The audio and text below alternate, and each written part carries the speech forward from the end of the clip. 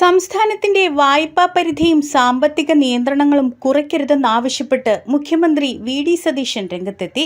കേന്ദ്ര സർക്കാരിന്റെ സാമ്പത്തിക നയങ്ങൾ സംസ്ഥാനങ്ങളുടെ വികസനത്തെ ബാധിക്കുന്നുവെന്നും അദ്ദേഹം ആരോപിച്ചു.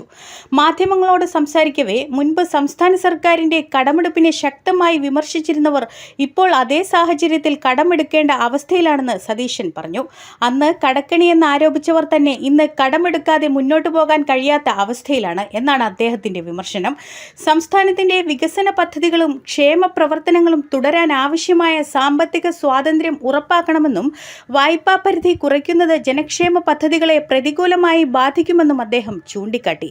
അതേസമയം സാമ്പത്തിക നിയന്ത്രണങ്ങൾ രാജ്യത്തിന്റെ ധനശാസ്ത്ര സ്ഥിരതയ്ക്കായി അനിവാര്യമാണെന്ന് കേന്ദ്ര സർക്കാർ വൃത്തങ്ങൾ പ്രതികരിച്ചു. വിഷയത്തിൽ സംസ്ഥാന കേന്ദ്ര ബന്ധത്തിൽ വീണ്ടും രാഷ്ട്രീയ ചർച്ചകൾ ശക്തമാവുകയാണ്.